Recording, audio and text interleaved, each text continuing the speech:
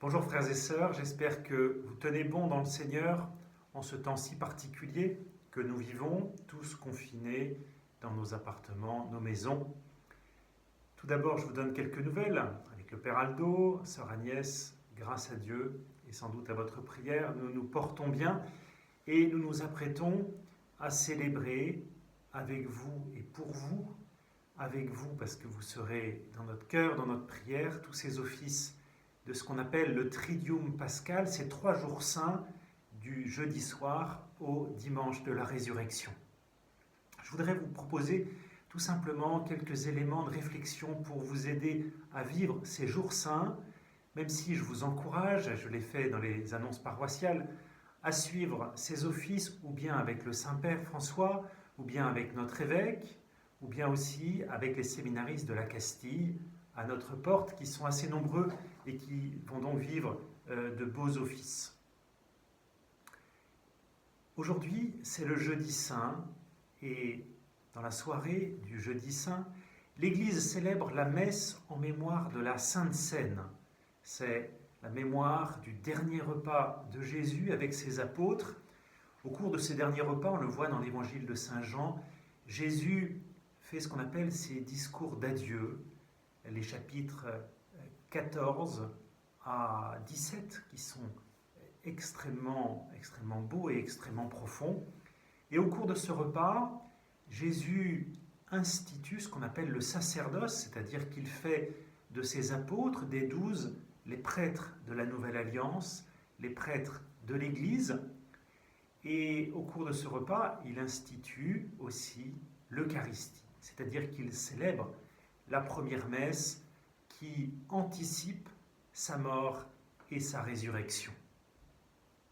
Au cours de ce dernier repas, Jésus pose un geste très particulier.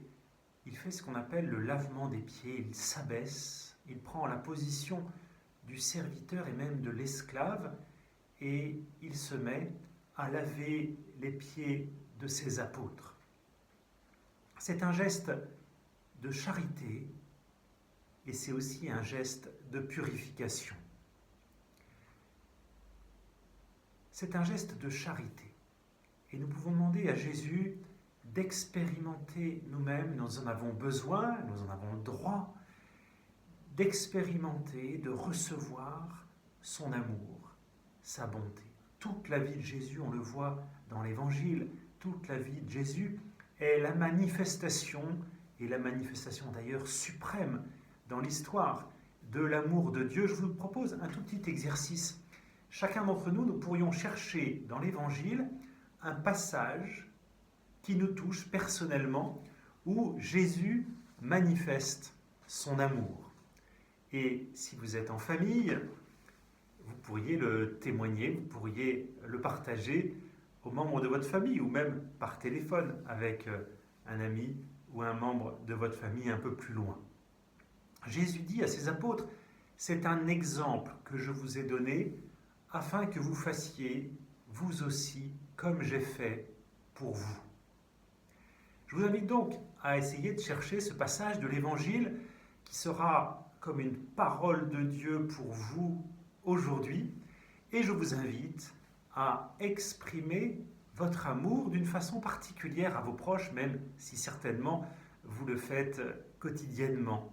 Mais vous pourriez profiter de ce jour où Jésus manifeste cette humilité et cette bonté dans ce geste du lavement des pieds en exprimant votre amour à vos proches par une parole de bienveillance, par un geste de tendresse, par un service.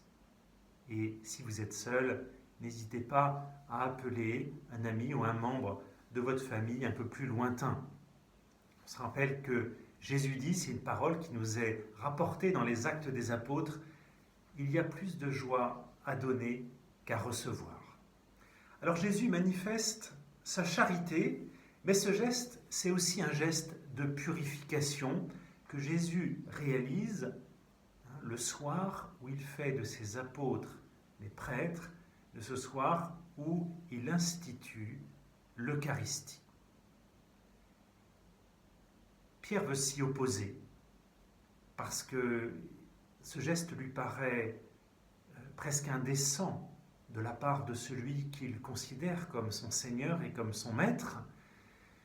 Il est étonné, bouleversé par cette humilité de Jésus. Et Jésus lui dit, « Si je ne te lave pas, tu n'auras pas de part avec moi. » Et donc, frères et sœurs, pour avoir une part avec Jésus, pour vivre ce triduum demain, la mémoire de la mort de Jésus, et puis samedi soir, dimanche, la joie de la résurrection, nous sommes tous invités à prendre un temps, on peut dire de pénitence, de conversion, de confession envers Dieu. Alors évidemment, pour la plupart d'entre vous, il n'est pas possible de venir se confesser comme vous le faites régulièrement et comme vous le faites de façon particulière pour se préparer à la plus grande fête des chrétiens qui est la fête de Pâques. Encouragé par notre pape, par notre évêque, je vous propose de prendre un temps d'examen de conscience à la lumière de la parole de Dieu en demandant la lumière de l'Esprit Saint pour reconnaître notre péché. Demander au Seigneur la grâce de voir, de reconnaître notre péché et en même temps de voir en Jésus qui s'abaisse, en Jésus crucifié, celui qui porte notre péché et qui nous en libère.